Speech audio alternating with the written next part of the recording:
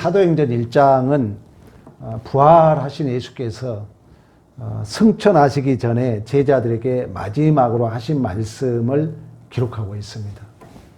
특히 당시에 로마는 세계를 지배했잖아요. 그리고 이스라엘은 정치적으로 지배를 당하며 억압을 받고 있던 시대입니다. 억압에 대한 내용이 그 인문학 철학 공부랑 많이 나와요.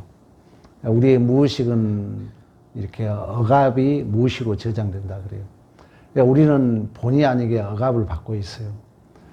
이 세상은 바벨론 문명이 낳은 힘의 원리라고 말할 수 있어요. 얼마 전에 아파트가 왕십리 당첨이 됐잖아요. 돈이 없어 못 했거든요. 근데 지금 그게 9억짜리가 지금 10억 올랐어요. 그래가지고 5억이 올라온 거예요, 5억이. 그래, 돈이 없으니까 그냥 포기했거든요. 근데 불과 1년 만에 5억이 올라오니까 이번에 추석에 만났더니 막 애들이 아빠 그거 5억 올랐다, 15억, 내가 봤더니 이제 15억 됐더라고요. 그런 것들이 다 우리에게 어떻게 보면 심리적 억압이라고 볼 수가 있어요. 갈수록 이렇게 우울감이 우리가 강해지잖아요. 그것은 왜 오냐면은 제가 단톡에 우울증에 대한 걸 올려놨잖아요.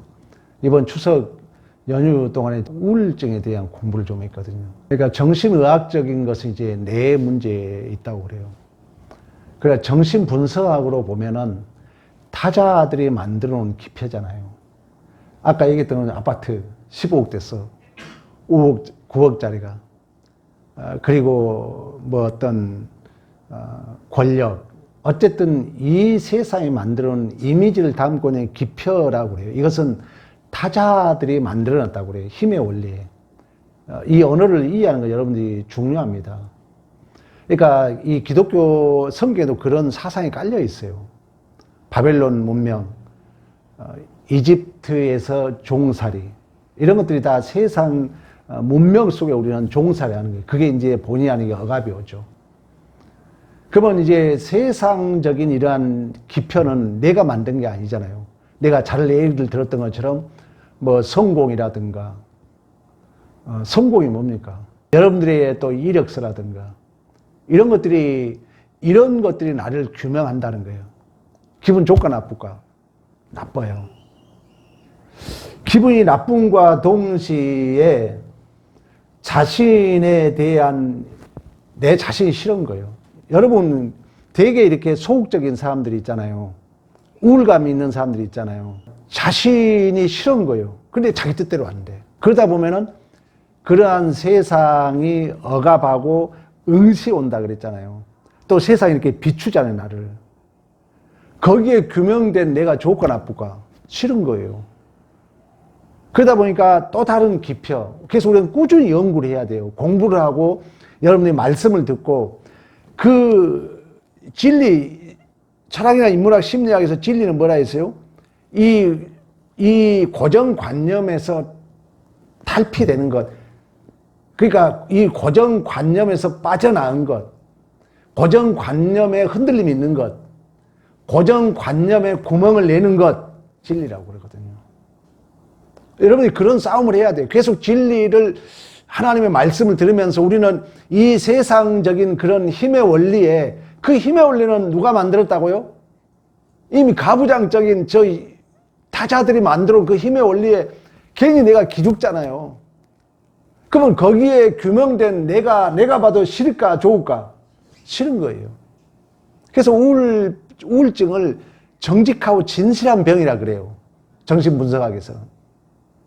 그러니까 싫으다 보니까 다른 기표가, 다른 성경 이 말씀이 자꾸 여러분들에게 내가 이렇게 붙잡혀 있는 우울감에서, 이 두려움과 염려에서 내 소망이 격발되고 언어와 행동이 적극적으로 나와야 되거든요. 어느 순간 내가 싫으면은 내 자신이 혐오감과 동시에 이제 느려져. 게으른 것도 우울감 중에 하나야. 느려져. 뭐 하기가 싫어. 언어도 느려져. 내 얘기가 아니라 정신분석에서 한 얘기야. 그리고 소망도 희미해져. 그러면 이제 서서히 두려움이 엄습해 와. 염려, 근심이 엄습해 와. 그러면 당연히 내 마음에 우울감이 생긴다는 거예요. 그러면 이러한 우울증을 치료할 수 있는 방법은 뭐냐면은 항아리에 갇혔다 그래요. 그 어느 책을 봤더니 그래요. 항아리에 갇혀 있는 자들에게 새로운 기표란 건 뭐예요? 새로운 이미지를 담고 있는 언어적 구조라는 거죠. 이걸 수혈해 줘야 된다 그래요. 수혈. 왜? 세상으로 규명된 내 자신에 대한 혐오감으로 내 소망이 작동이 안 되고 믿음이 작동이 안 되고 언어와 행동이 느려져. 그러면 두려움과 염려가 오면서 서서히 내가 소극적인 성향, 이것도 하나의 우울감이야. 그러니까 이런 걸 치료할 수 유일한 길은 뭐냐면은 그러한 갇혀있는 항아리에 매혹적인 새로운 기표를 수혈해 줘야 된다 그래요. 그래서 느려진 내 언어와 행동이 활발하게 움직이도록, 내 소망이 살아나도록. 그때 그 우울감에서, 그러한 염려에서, 그러한 두려움에서 해방될 수 있다, 이렇게 얘기를 하더라고요. 오늘 제가 여러분 단톡에 올린 내용입니다. 어쨌든 오늘 본문에도 이스라엘 백성들은 로마의 권력에 의해서 이러한 억압을 받고 있는 그런 시대였습니다. 그러므로 제자들은 메시아가 오심으로 곧 이스라엘이 정치적 해방과 독립이 이루어질 것을 기대했어요. 우리가 그럴 수 있잖아요. 여러분들이 예수 믿으면은, 내가 예수 믿으면 당장 돈이 해결되고 당장 내 문제가 해결될 거란 큰 기대를 가지고 있는데, 이 큰 기대를 가지고 있는 것은 바르게 해석을 한 거예요? 잘못 해석한 거예요? 예수만 믿으면 모든 게 막 다 형통하게 될 줄 아는 거예요? 바르게 해석한 거예요? 잘못 해석한 거예요? 잘못된 해석이잖아요. 근데 이 잘못된 해석을 하게 되면 그게 또 내 마음을 길을 죽여요, 살려요? 죽인다는 거예요. 그러니까 기독교 신앙이 잘못 가지게 되면은 이래도 치고 저래도 치고 모든 게 내 마음을 더 이렇게 억압할 수 있다는 거예요. 그 억압은 그대로 무의식에 쌓입니다. 그러니까 막 폭발하면 이제 견디지 못해. 왜? 무의식은 내가 제어가 안 되기 때문에. 지금 이스라엘 백성들이 사실 그런 거예요. 그러다 보니까 이제 바리새인과 서기관들은 자기 진심을 안 내놓고 이제 그런 척 하게 되잖아요. 속을 감춰놓고. 당시의 제자들도 마찬가지입니다. 메시아만 오면은 이제 이스라엘이 정치적으로, 군사적으로 회복되고 독립이 되고 이걸 기대했어요. 그러나 하나님께서 말하는 하나님 나라는 정치적 어떤 회복이 아니라는 거예요. 심판을 받을 악인과 보상을 받을 의인의 윤리적 대립이 아니라, 우리의 신앙생활이 우리가 잘못하면 그럴 수 있잖아요. 우리도 그런 매력에 빠져요. 매혹에. 신앙생활 하면은 자꾸 우리가 그럴 수 있거든요. 심판받을 악인, 보상을 받을 의인. 누가 그런 생각했어요? 유대인들이 그런 생각했잖아요.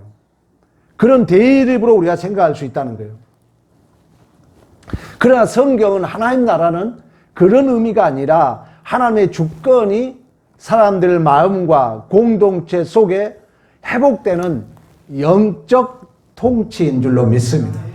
그렇잖아요. 천국이라는 것은 형이상학적이잖아요. 보이지 않잖아요. 그래서 우리 선배들이 그걸 해석해 놨다는 거예요. 원어적으로.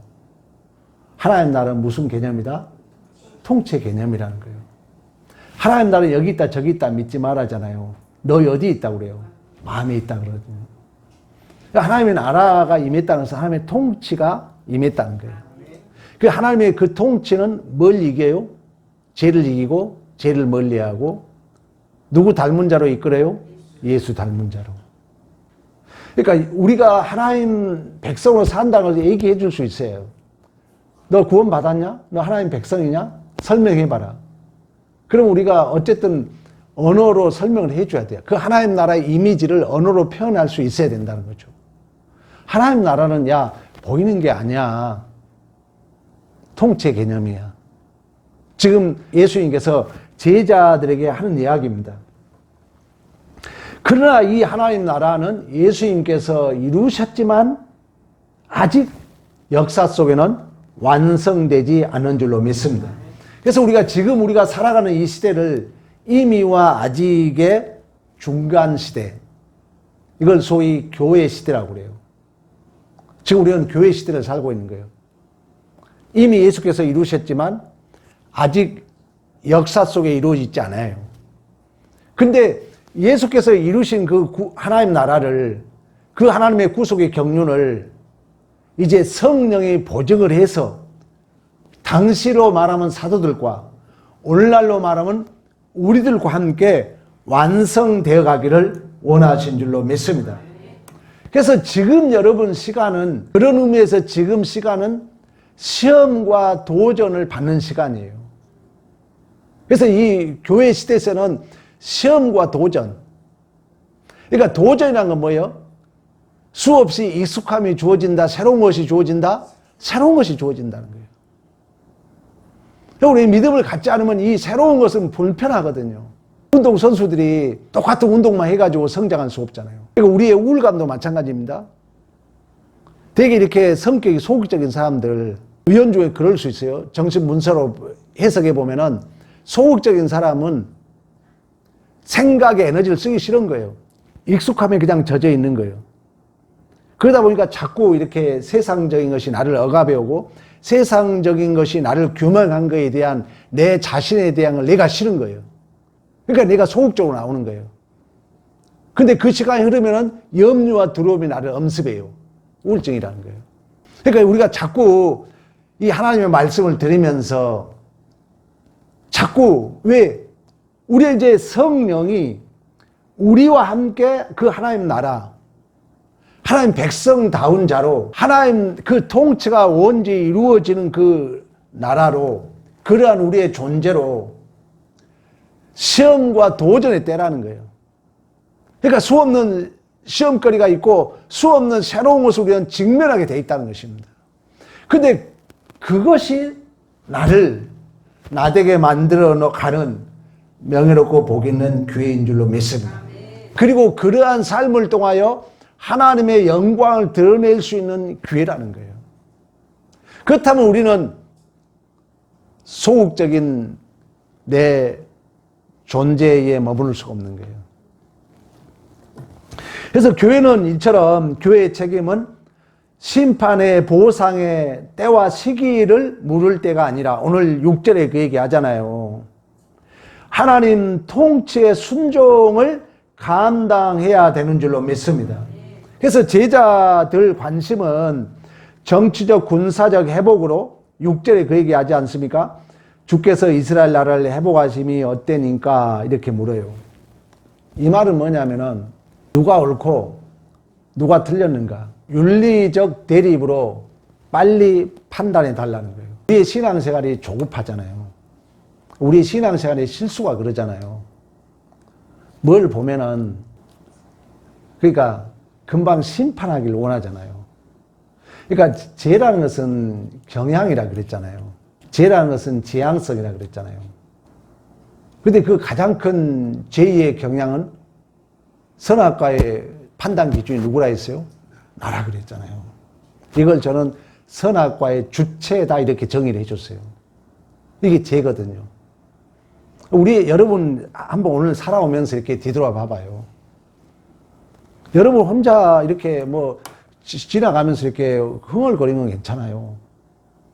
근데 여러분이 가장 큰 죄가 뭔지 봐봐요. 한번 지금 일주일 추석 지나면서 한번 여러분 자신 한번 판단해봐.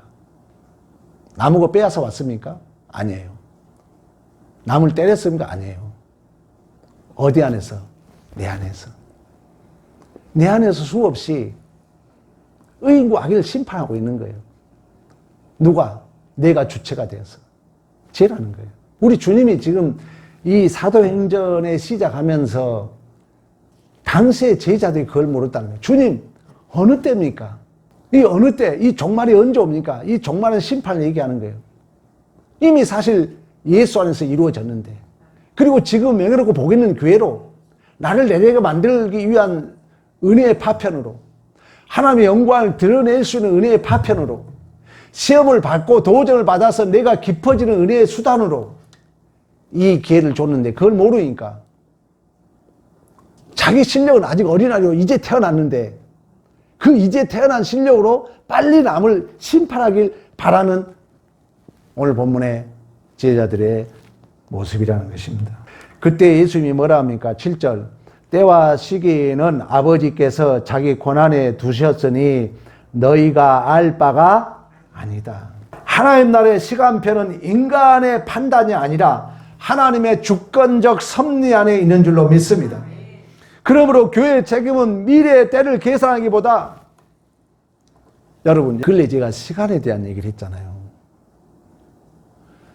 시간은 시계로 보면 물리적으로 가는 것 같아요. 그러나 실제적으로 보면 시간이 가는 게 안 보이잖아요. 근데 어느덧 나이가 먹었어. 그래서 시간은 하나님이 이미 아직 이거 정말 이해하는 게 중요하거든요. 이걸 몰라요. 모르는 사람이 많고 이걸 안 가르쳐요, 성도들에게. 그러니까 우리가 모든 삶을 심판의 기준으로 봐, 성도들이. 그래서 다 윤리도덕주의가 되는 거예요.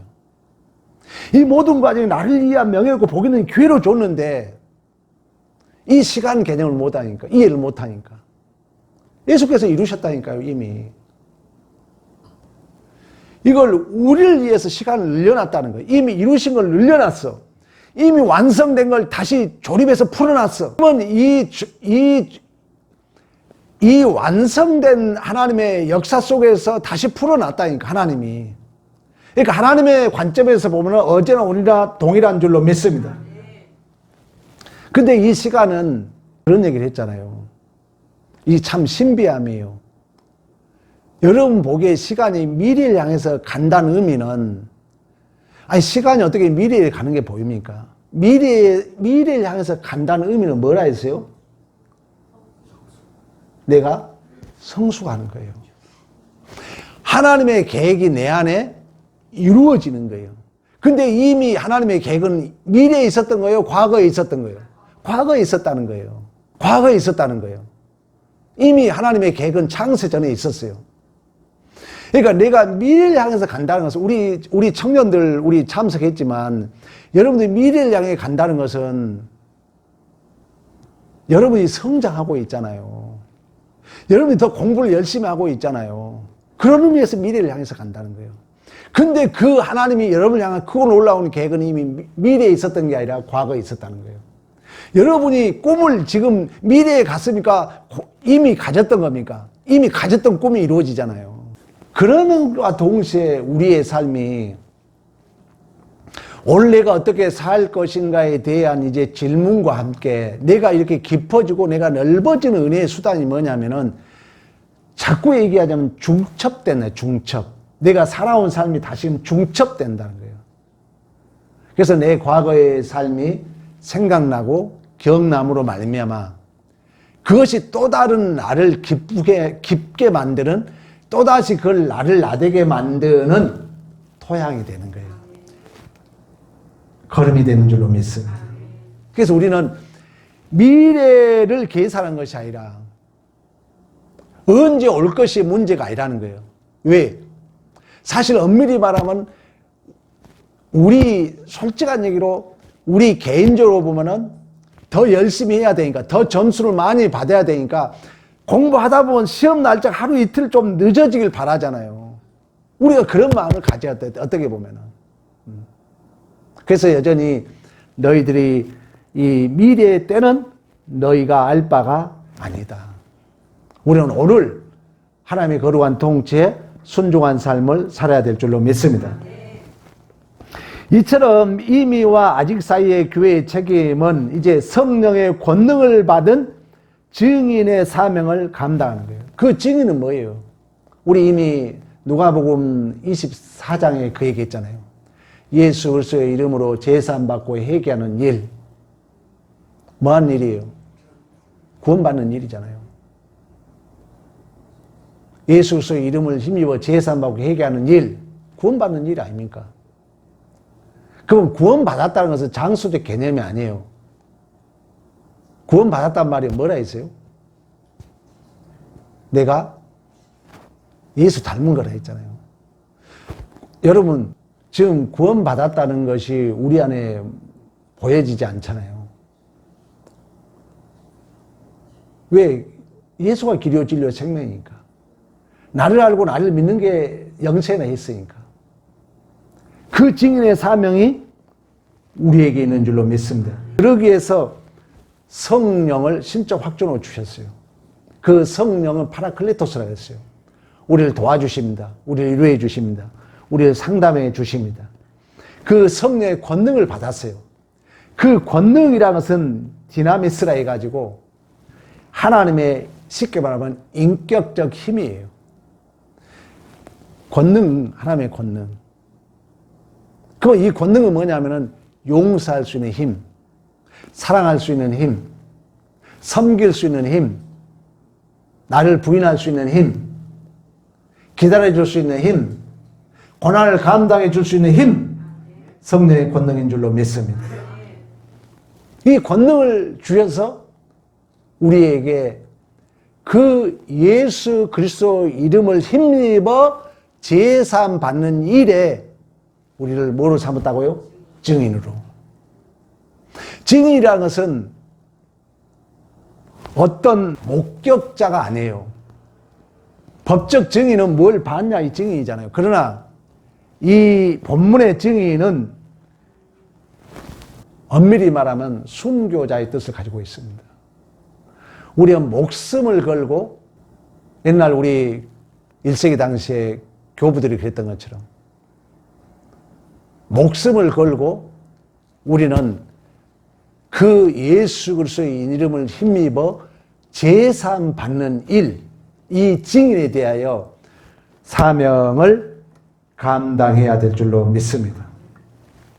그뿐만 아니라 교회의 책임은 이러한 성령의 권능을 받아서 증인을 그러면 이 증인의 사명을 감당한 이유는 뭐냐면은 반드시 아까 얘기했잖아요. 우리는 때는 언제인지 몰라요. 사나 죽으나 세 가지를 기억하라 했잖아요. 반드시 종말이 온다. 그리고 언제 올지 모른다. 그리고 심판이 있다. 그래서 우리 주님이 오늘 본문에 그러는 거예요. 너희들이 때는 알 때가 아니지만 반드시 그 때는 온다 안 온다? 온다는 거예요. 이걸 우리가 예수님의 재림 종말론적 소망이라 그럽니다. 그래서 11절에 그래요. 하늘로 올려지신 이 예수는 하늘로 가심을 본 그대로 오시리라. 예수께서 언제 오실지는 모릅니다. 그러나 우리가 뭘 보고 예수님께서 오실 걸 알아요? 종말의 징조를 바라보므로. 지금 전쟁, 기근, 내전, 자연재해, 환란, 거짓자, 출현 이런 종말의 징조를 우리는 바라보므로 분명히 예수님께서 오실 것을 우리는 보게 됩니다. 그리고 계시록에 가면은 실제적으로 내가 진실로 속히 오리라 그래요. 그런 의미에서 주 예수여서 오시옵소로 끝납니다. 그러니까 이 예수께서 속히 온다는 거예요. 아까 얘기했어요. 아까 이런 이중 구조가 있어요. 내가 지금 금메달 선수라면은 그 경긴 날이 최종적 경긴 날이 어떻게 보면 하루라도 빨리 오길 바랄 수도 있어요. 그러나 또 어떻게 보면은 좀 하루만 좀 늦었으면 하는 바람도 있는 거예요. 그래서 이 관계를 뭔 관계라 그래요? 긴장 관계라 그러는 거예요. 이 종말을 우리는 긴장 관계 속에 기다린 거예요. 내가 너무 준비가 안 됐으니까 어떻게 보면 우리 주님 하루만 좀 늦게 왔으면 이런 마음이 있어요. 그러나 또 어떻게 보면 내가 준비 열심히 한 자로서 언제라도 주님 어서 오시옵소서 할 수가 있는 거예요. 이 긴장 관계가 있는 거예요. 그럼 우리 주님이 분명히 오신다 했는데 왜 아직 오지 않을까요? 우리 한번 성경 한번 찾아보겠습니다. 마무리하겠습니다. 베드로후서로 한번 가봅니다. 3장 9절 주의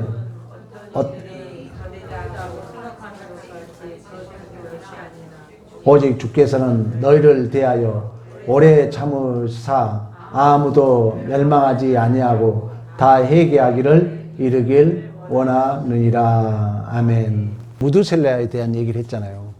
무두셀라는 얘기는 활 쏘는 자다 이름을 가지고 있어요. 그 말은 또 해석하면 뭐냐면은 죽음은 심판이 있다 이런 뜻을 가지고 있는 거예요. 무드셀라는. 왜 그러냐면은 고대 시대에 제일 앞에서 활을 쏘면은 이 활 쏜 병사가 죽으면 끝이잖아요. 그런 의미에서 무드셀라 이름은 죽으면 심판이 있다는 거예요.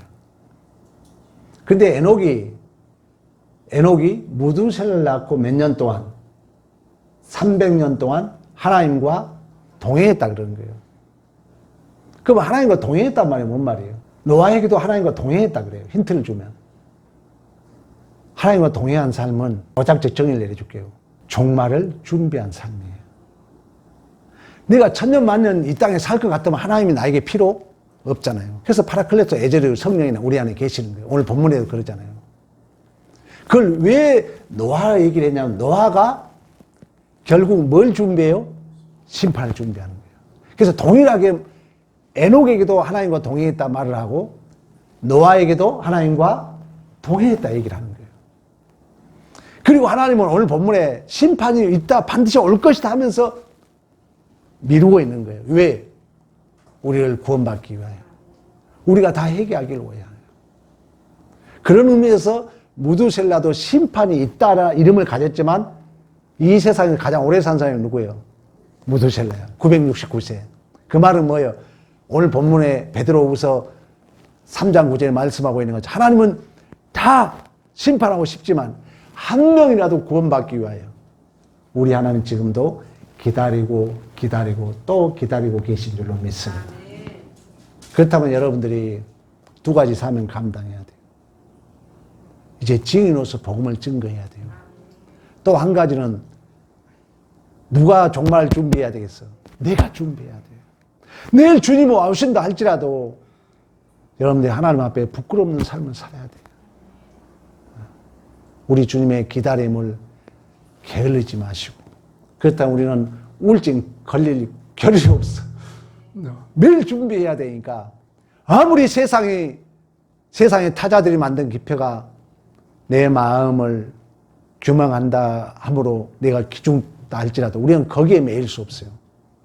우리는 매 순간 시험과 도전을 통해서 내가 깊어지고 내가 넓어지기 위하여 하나님은 성령의 권능을 주셨고 하나님은 우리가 더 정금으로 만들기 위하여 오래오래 지금도 기다리고 있다는 이 믿음으로 승리의 삶이 사기를 간절히 축복합니다.